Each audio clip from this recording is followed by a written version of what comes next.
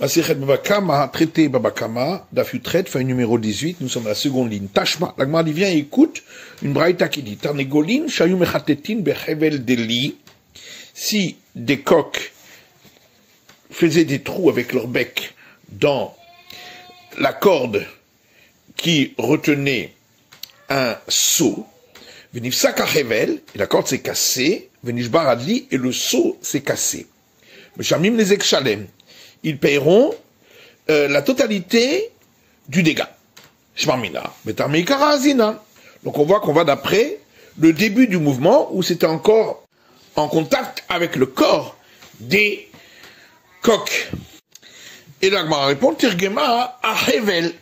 Il faut expliquer que lorsqu'on a dit qu'on paye la totalité du dégât, c'est pour la corde qui, elle, effectivement, était en contact. Va Hevel Meshunehu. Ah, mais pourtant, dans le cas de la corde, il s'agit d'un dégât qui n'est pas courant. Donc, on devrait payer que la moitié. La Gemara répond des Maous Belisha. On parle d'une corde qui était avec des restes de pâte. Et donc, c'est normal. Veha Nishbardeli Katani. Ah, mais pourtant, dans la Braïta, il est dit que c'est le seau qui s'est cassé. Donc, on parle du seau. Et la Sumkhoussi, Damar Tzerot, Nizek Shalem, Meshalem. On répond que c'est la vie de Sumkhous qui dit que dans le cas des cailloux projetés, on paye la totalité du dégât. La Gemara dit Isumkhous, si c'est la vie de Sumkhous et Masefa, regardons la suite de la Braïta. Nitaz menu shever venafal al keli acher ou shvara. Si du seau s'est projeté un morceau, il est tombé sur un autre ustensile et il a cassé. Alors, pour le premier, on paiera la totalité du dégât, et pour le second, on paiera la moitié. Mais si c'est la vie de Sumkhous, est-ce que lui, il est étonnant qu'il y a des cas où on paye la moitié du dégât? Et si tu vas dire, bah oui, effectivement, il y a une différence pour Sumkhous entre le dégât qui a été provoqué par sa force et celui qui a été provoqué par la force de sa force. Mais là, Ravashi. Mais alors, voilà que Ravashi s'est posé une question.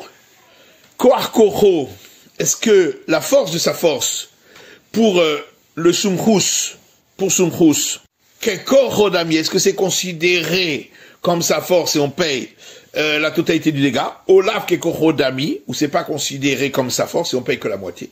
Tifchotle de Olaf Kekorodami, on n'a qu'à déduire de cette braïta que c'est pas considéré comme sa force et qu'on paye la moitié. Et la lavra banali. Donc il faut dire que notre Mishnah, c'est la vie des sages. Shmamida beta meikara askinan. Et donc on en déduit que on va d'après le début du mouvement. Amar Rabbi Barabaye, des Kazimine, miné. Rabbi Barabaye dit, il n'y a pas de preuve. On peut parler d'un cas où le seau avançait petit à petit à travers les coups donnés par le coq. Et donc c'est pourquoi ça s'appelle encore en contact avec lui. Baï Rava. Rava pose une question. Dans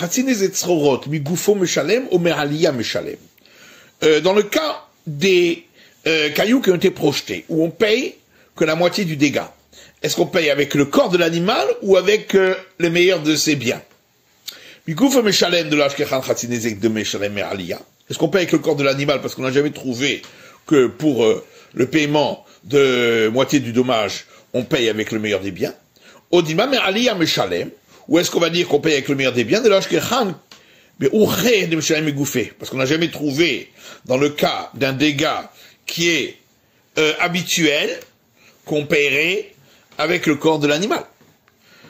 Tashva, la Gemara dit bien écoute, hidus eno muad, dans le cas du coq qui était en train de sautiller, il n'est pas considéré comme prévenu, d'autres disent qu'il est considéré comme prévenu.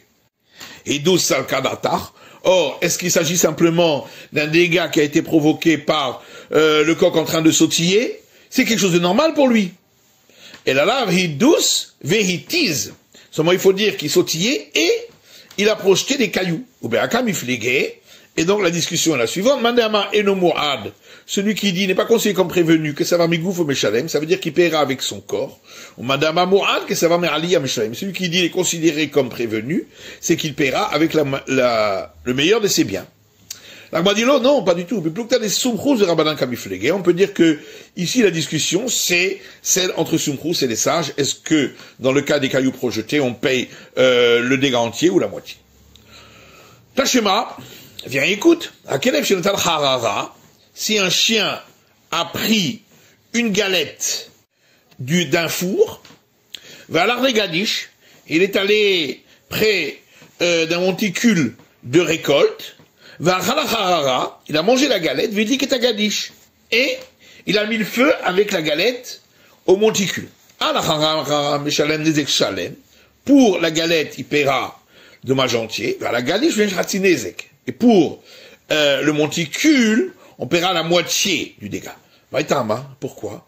La Mishudavialut Serorot, n'est-ce pas? Parce qu'on considère que la galette, c'est comme les projectiles, Vetani Alam Mishalem Hatsinezek, et une braïta a dit à ce sujet qu'on paye la moitié du dégât, Migoufo, avec le corps du chien. Donc on voit que dans ce cas-là, on paye avec le corps de l'animal.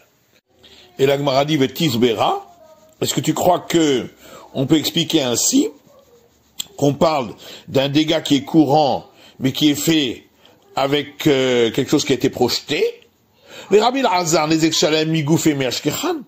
Mais alors, puisque la Braïta a dit que, d'après Rabbi Lazar, on paye l'intégralité du dégât et avec le corps de l'animal, est-ce qu'on trouve un cas pareil, ou dans un cas où c'est venu de manière normale, courante, on paierait le dégât complet du corps de l'animal? Si Rabbi Lazar pense comme Sumchrous, à ce moment-là, bien sûr qu'il ne paye pas avec le corps de l'animal, mais avec le meilleur de ses biens. Et là, et donc forcément, il faut dire que c'est un dégât qui n'est pas courant avec la braise de la galette. Rabbi Lazar Savala qui est Rabbi Tarfon, et Rabbi Lazar pense comme Rabbi Tarfon,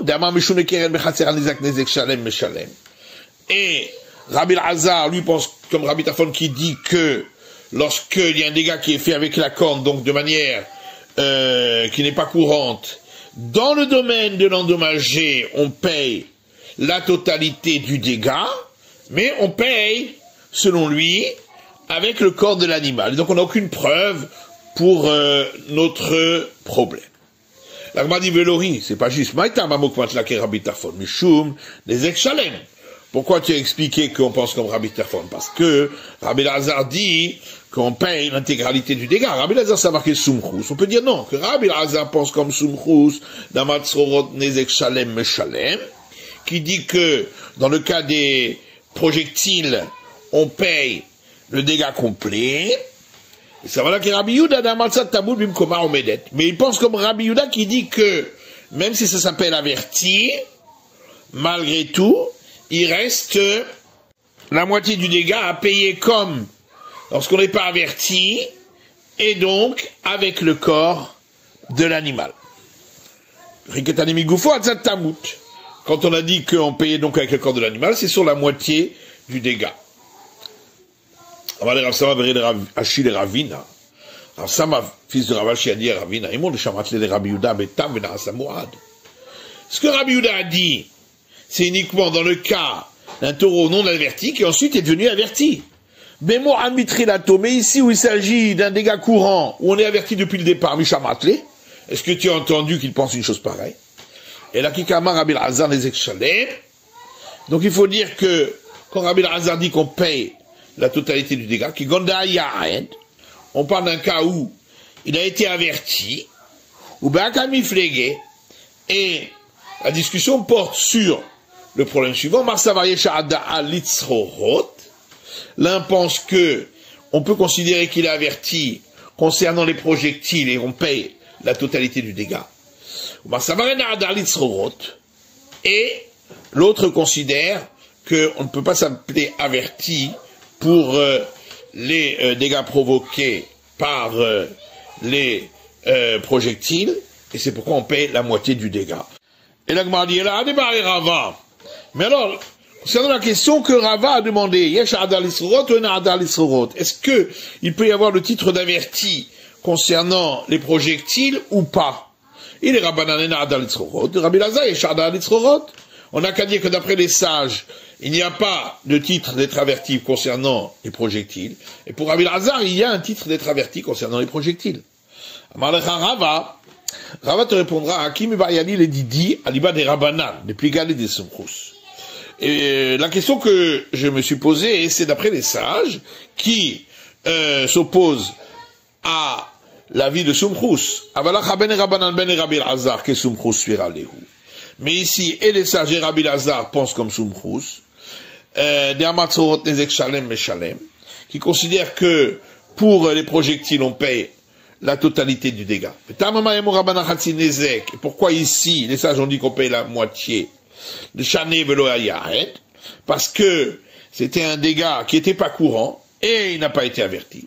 Au plus que tu as des Rabbi Tarfon vers Rabbanan Kamiflégué, et en vérité, la discussion concerne celle de Rabbi Tarfon et les sages, à savoir, est-ce qu'on paye la moitié du dégât ou le dégât complet quand ça s'est fait dans le domaine de l'endommagé. L'agmadimo, les chamatlé, les Rabbi Tarfon, les Ekshalem, Migoufo, Mishamatlé. Oui, mais alors à ce moment-là, voilà qu'effectivement, on a entendu que Rabbi Tarfon dit qu'on paye l'intégralité du dégât quand c'est dans le domaine de l'endommagé. Mais est-ce qu'il a déjà dit une fois qu'on payait avec le corps de l'animal? Or ici, on a dit qu'il paye avec le corps de l'animal. L'Agma dit, oui, effectivement, d'après Rabbi Tarfon, on paiera avec le corps de l'animal. Mais Chama était là, Mikeren Mirshuta Rabim. Parce que d'où il a appris qu'il payait la totalité du dégât? C'est à partir du cas de la corne dans le domaine public.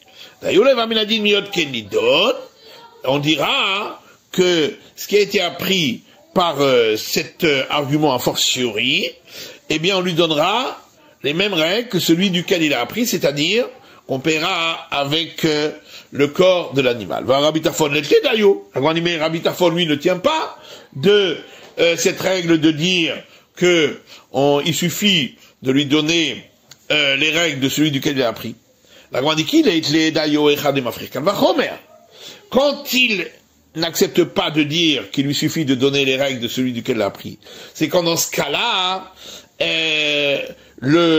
l'argument a fortiori ne sert plus à rien. Mais dans le cas où l'argument a fortiori est toujours de mise, comme ici, il acceptera qu'on dise qu'on lui donnera les règles de celui duquel il a pris, et donc ici effectivement il paiera la totalité du dégât, mais avec le corps de l'animal. Donc Rava a posé une question, est-ce que ça existe le titre d'être averti concernant le dégât par des projectiles, ou on ne dit pas qu'il y a un titre d'averti concernant les dégâts par projectiles? Et Kerem et Daminalé, est-ce que on compare au cas du dégât par la corne, et alors il peut arriver qu'il soit averti? Odimat, on a des règles, ou bien on dit que c'est considéré comme un dérivé du dégât par le pied, puisque c'est un cas courant, et donc il n'y a pas de différence, de distinguo entre averti et non averti.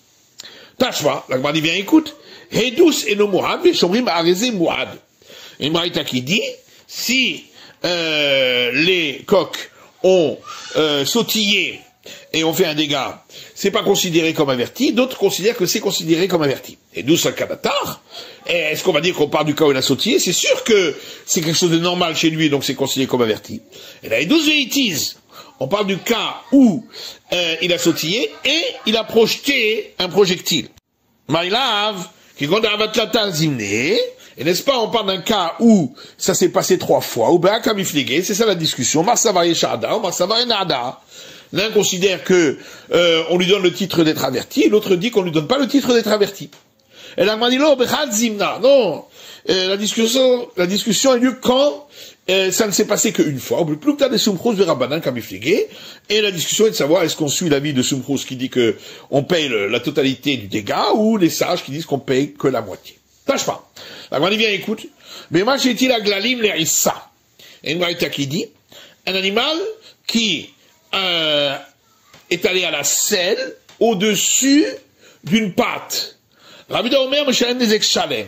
D'après Rabbi Uda, on paiera la totalité du dégât. Rabbi Elazar Omer, Chatzi Nezek. Et Rabbi Elazar dit la moitié du dégât. Mais il a fait Gonde Avat Latazim. N'est-ce pas, on parle d'un cas où ça s'est passé 3 fois. Ou Behak Amiflige. Et ils discutent sur le point suivant. Marsavar Yeshada, Marsavar Enada. C'est que l'un pense que il a le titre d'être averti et l'autre dit qu'il n'a pas le titre d'être averti. Lo bechazimna, la dit non, on parle du cas où ça s'est passé qu'une fois. Ou le plus tard de Sumchrous de Rabbanan, comme il. Et c'est la discussion entre Sumchrous et les sages. Est-ce que dans le cas de projectile, on doit payer la moitié du dégât ou le dégât complet? Vers Meshunehu, la dit mais pourtant c'est un dégât qui n'est pas courant, donc on peut pas le comparer au cas du projectile. La dit de la Chikri Alma. On parle d'un cas où il ne trouvait pas un autre endroit pour aller à la selle, donc c'est pour ça qu'il est allé à cet endroit-là sur la pâte, et donc ça, dans ce cas-là, c'est considéré comme courant. Alors, Rabbi Uda n'avait qu'à dire qu'on suit l'avis de Sumchrous, et Rabbi Elazar dire qu'on suit l'avis des sages. Seulement, on avait besoin d'enseigner ce cas où il est allé à la selle. On aurait pu croire qu'étant donné que l'excrément provient du corps de la bête, donc c'est considéré comme le corps lui-même, et non pas comme des projectiles. Kamash Malan, on vient de nous apprendre que ça s'appelle quand même des projectiles. Tachema, la Gemara dit, viens, écoute. Le Tani Rami Bar Yecheskel. Rami Bar Yecheskel a rapporté une braïta qui dit, Tarnegol Sheoshit Rocho la Havir Kilis Ruchit. Un coq qui a fait rentrer sa tête dans l'espace interne d'un récipient en verre, le Takabo, et il a crié dedans, ou Shvaro, et il a cassé ainsi. On paye le dégât entier.